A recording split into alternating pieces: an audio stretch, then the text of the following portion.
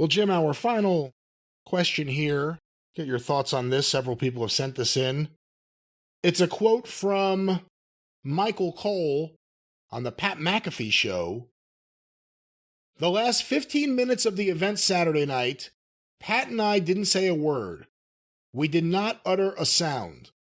When Sami Zayn turned on Roman Reigns and hit him with the chair, that pop was enormous. This Roman Reigns, Kevin Owens, Bloodline, Sami Zayn storyline is probably the best television we've done in a decade. It's Emmy-worthy in many ways. Geez. So what are your thoughts on that quote from Michael Cole? Well, the announcers laying out bothers the shit out of me. But it's a Vince thing that he's obviously not there producing that. We know he wasn't at the Rumble, but it's a Vince thing that he started, and that when the announcers lay out and don't speak and just let what's going on play out in front of you, that somehow makes it a shoot and more important or whatever. And then I always think, if we're at the Super Bowl and suddenly a fucking ambulance drives out on the field and runs over 3 or 4 of the players, are the announcers going to lay out? Are they going to make a remark?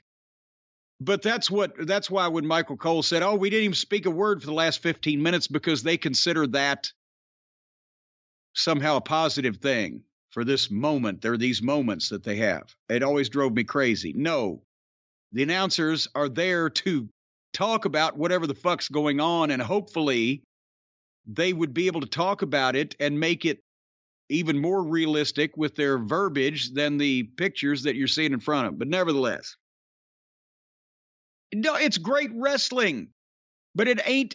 No, not only should it not get an Emmy, but if it was ever nominated for an Emmy, my head would explode. That's what people who hated wrestling would say and or do 30, 40 years ago. Yeah, they ought to nominate him for an Emmy. Or yeah, they ought to give him acting awards. That's an insult. You don't want people talking about, wow, he was really fake so good. You want the desired effect, if it's possible to attain anymore, is you want, say what you want about the rest of that phony wrestling, but those guys were mad. Or that shit he meant, or whatever. That's what, at the best, that's what you can hope for these days, because everybody knows that, for the most part, the majority of it's bullshit, but you can hope for that.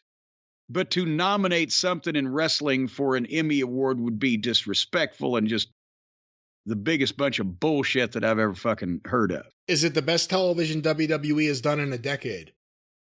Now that I couldn't argue. It probably is. I wish more of it actually, happened in the ring, but yes, I'll listen to the Bloodline talk and interact with Sami Zayn before pretty much almost anything I've seen regularly in the last 10 years in the WWE. If Roman Reigns' schedule gets cut back anymore, if he books a big acting gig, whatever it is, how's that Friday night show going to survive? That, I don't know. Because, again, the depth it's so shallow at the top. You've got Roman and Brock and fucking Cody will be there, and Lashley's been holding on by a thread because of the way they've been using him. And who's their other dependable main event guy that I'm forgetting about? Or am I? Or is there? There isn't. There you go. There could be, but there isn't now. It's kind of like when Barnett sat down in March that year at the WCW booking committee meeting and say, how are we going to draw money next month? Went around the room and finally got to me. I said, we're not.